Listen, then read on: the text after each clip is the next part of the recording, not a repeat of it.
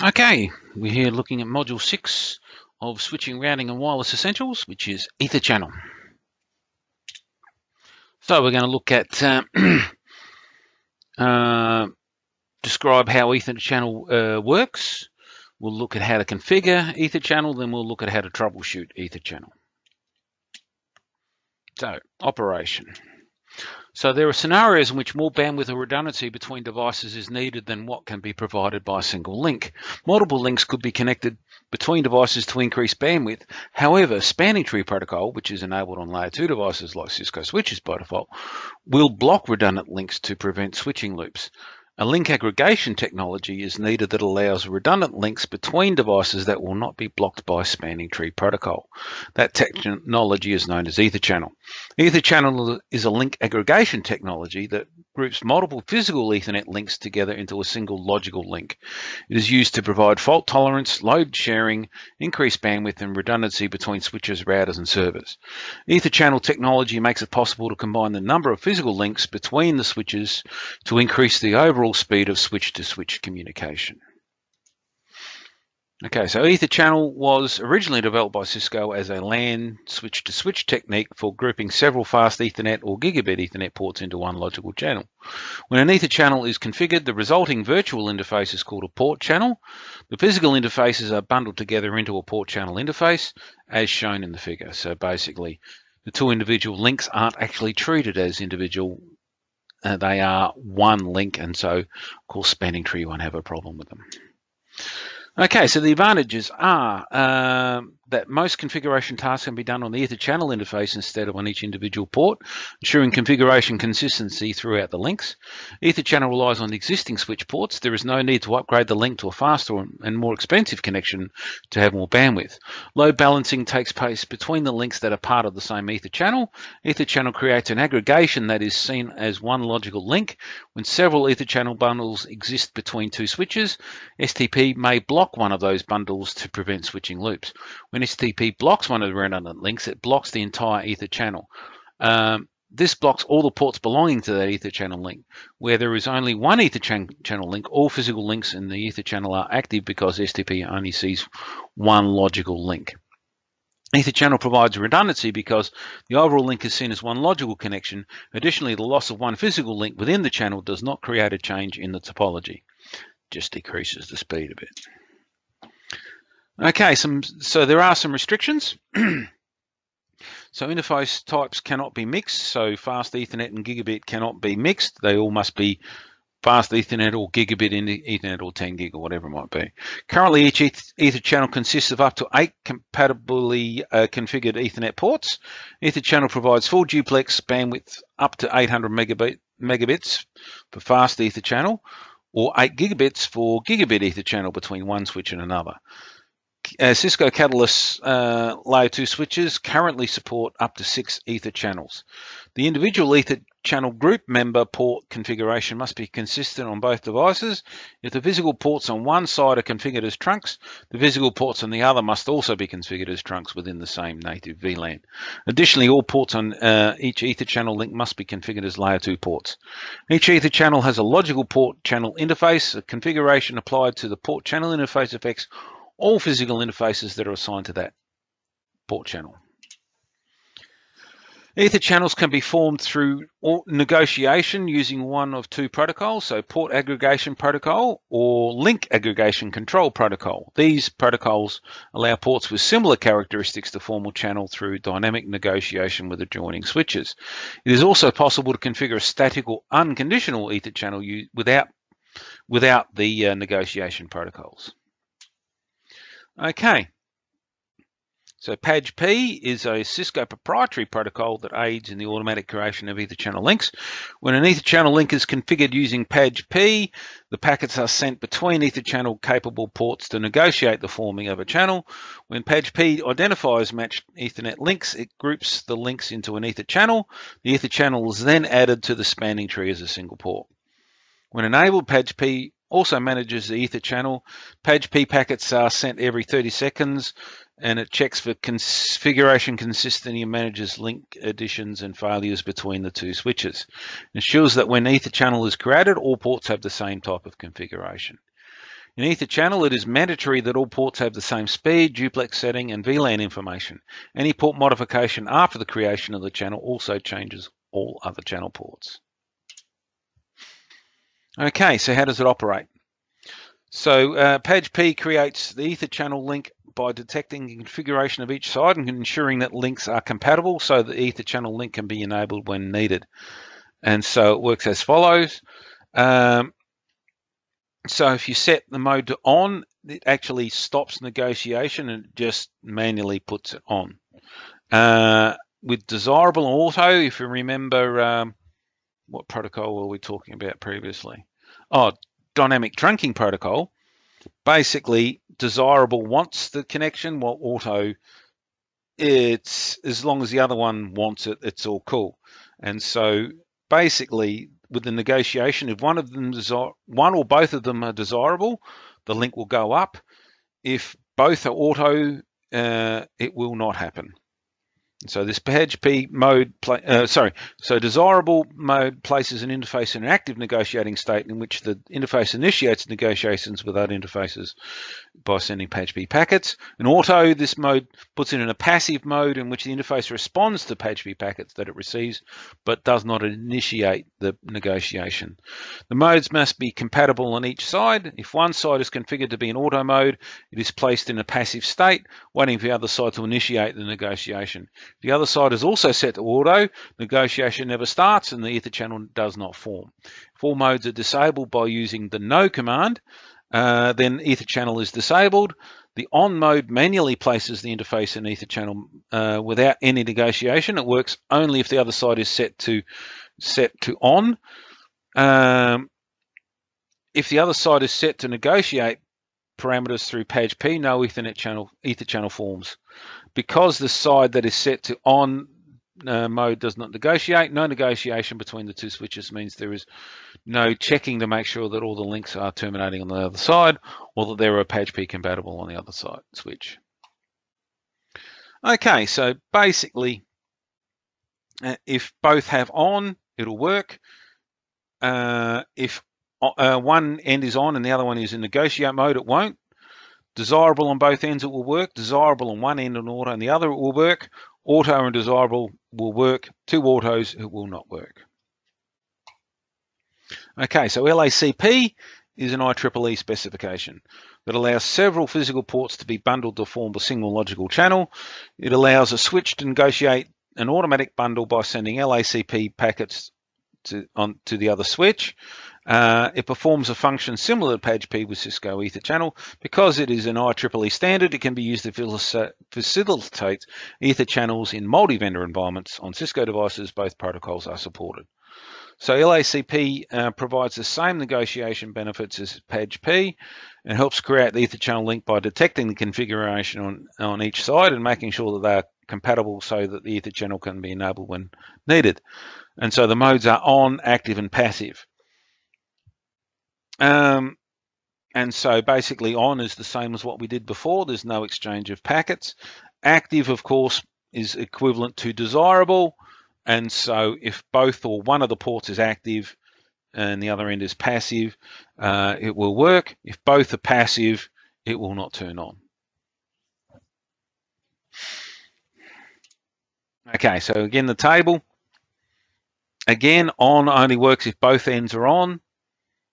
If on is on one end and not the other, it won't work. Active on both ends, it'll work. Active on one of the ends, it will work. Passive on both ends will not work. Okay, so how do we configure Ether channel? So basically, the following guidelines and restrictions are useful for configuring it. So Ether channel support. All the Ethernet interfaces must support Ether channel with no requirement that interfaces be physically contiguous. Speed and duplex. Configure all interfaces on an Ether channel to operate at the same speed and in the same duplex mode. VLANs match, so all the interfaces on Ether channel bundle must be assigned to the same VLAN or configured as a trunk. And the range of VLANs, an Ether channel supports the same allowed range of VLANs on all the interfaces in a trunking Ether channel. If allowed, the range of VLANs is not the same. The interfaces do not form an Ether channel even when they are set to auto or desirable mode. Okay, so the figure shows a configuration that would allow ether channel to form between switch 1 and switch 2. If these settings must be changed, configure them in port channel interface configuration mode. Any configuration that is applied to the port channel also affects the individual interfaces. However, configuration that is applied to the individual interfaces do not affect the port channel interface. Therefore, making configuration changes to an interface that is part of a channel can cause compatibility issues. The port channel can be configured in access mode, trunk mode, or as a routed port. And so we're using gigabit ports on both ends in full duplex and members of VLAN 10. All right, so we're going to look at LACP because it's standards based, I suppose. Now, step 1, specify the interfaces that compose the group, and by using the interface range command, you can actually do them all at the same time. So the range keyword allows you to select several interfaces, configure them all together, and so that's a wonderful way of getting them all compatible. Create the port channel interface with the channel group identifier command, and at least one of them needs to be mode active.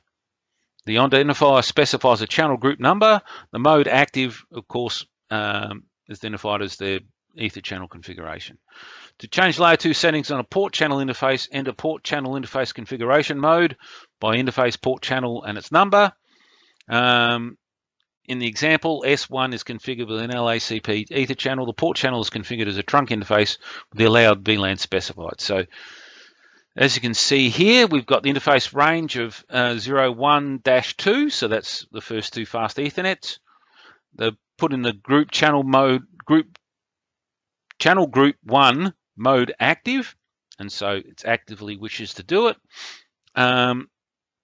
So then if you want to change any settings, you can go interface port channel 1, and so that relates back to that number there. You can then set it to be a switch trunk, and then you can, of course, you can set your allowed VLANs.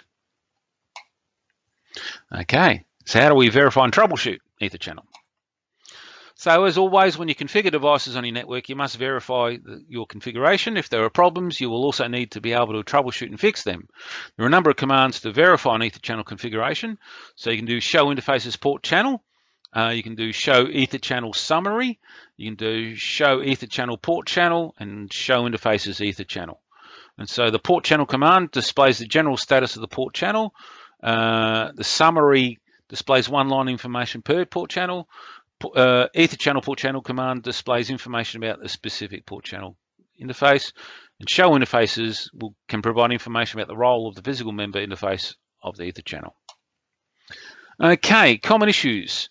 So all interfaces with ether channel must have the same configuration as speed, duplex, native VLANs, and allowed VLANs on trunks. And so ensuring these configurations will significantly reduce problems related to the ether channel.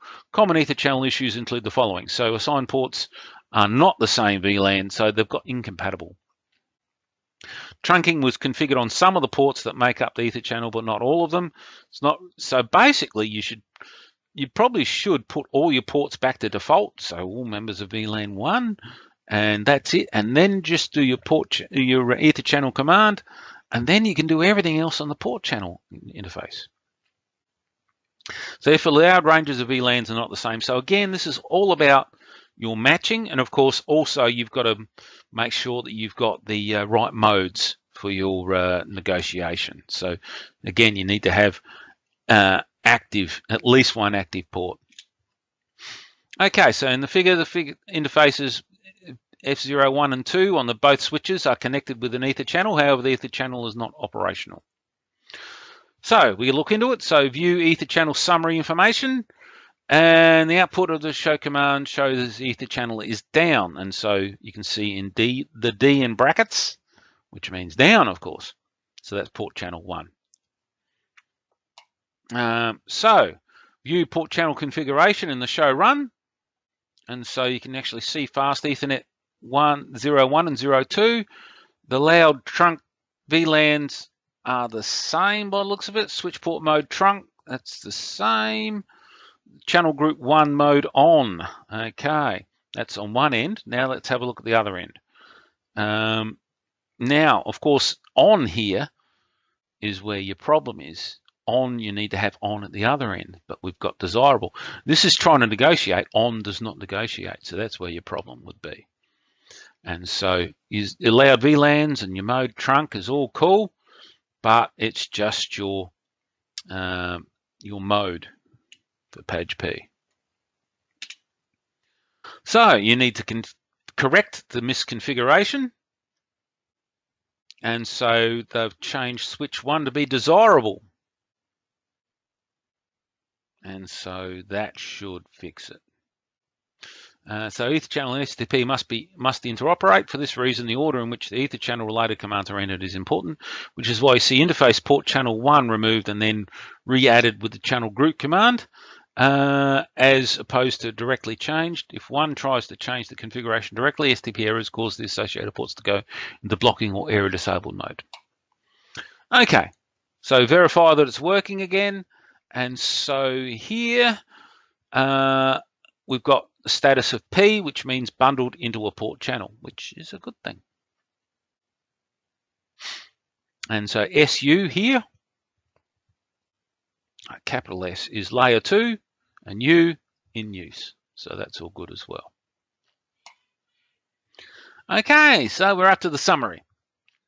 So what do we look at? So to increase bandwidth or redundancy, multiple links could be connected between devices. However, STP will block redundant links to prevent switching loops. Ether channel is a link aggregation technology that allows redundant links between devices that will not be blocked by STP.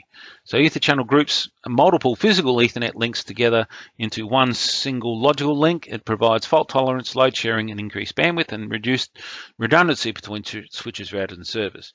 When an Ether channel is configured, the resulting virtual interface is called a port channel. Ether channels can be formed through negotiation using one of two protocols, so PAgP or LACP. So they allow ports with similar characteristics to form a channel through dynamic negotiation with adjoining switches. When an Ether channel link is configured using PAgP, packets are sent between the Ethernet capable ports to negotiate the forming of a channel. And so the modes are on, desirable, and auto. On does not negotiate. Desirable means it will initiate negotiation. Auto will just respond to negotiation. So LACP works in a very similar way, but it's an IEEE standard. And so it works in multi-vendor environments. And so the modes are on, active, and passive. And so basically the same thing as PAgP, but different names. Okay. So the following guidelines are useful for configuring Ether channel. All Ethernet interfaces and all modules must support Ether channel with no requirement that interfaces be physically contiguous or in the same module. Configure all interfaces and Ether channel will operate at the same speed in the same duplex mode. All interfaces and Ether channel bundle must be assigned to the same VLAN or configured as trunk ports. An Ether channel supports the same allowed range of VLANs and all the interfaces in a trunking Ether channel. So configuration has three major steps, and so specify the interfaces that compose it and do interface range command. And so from there you can set the channel group identifier and give it a mode. Active is probably very sensible. To change layer 2 settings on a port channel interface, enter the port channel interface configuration mode and then change the settings there. There are a number of commands to verify Ether channel. So the show interfaces port channel, show Ether channel summary, show Ether channel port channel, and show interfaces Ether channel. And so common issues basically are incompatible settings. And so of course that can be VLAN membership or trunk membership or trunk allowed VLANs. And so then the last one, of course, is the negotiation settings. And so if you've got to be careful with on, you've got to have that on both ends, or you've got to have one of them being desirable while the other one's auto or active and passive, depending on which one we're talking about. And that is the end of that chapter. So of course that's built on STP, as you can see, it got mentioned a few times. And so STP is great, but shutting down links that we've paid for and all that, while stopping broadcast storms is not necessarily always what we want. And so if we combine links together using Yeah, the ether channel, that can make things a lot more efficient as well, and you still get your redundancy. All right, that's enough of that. So have a nice day, and I'll see you later.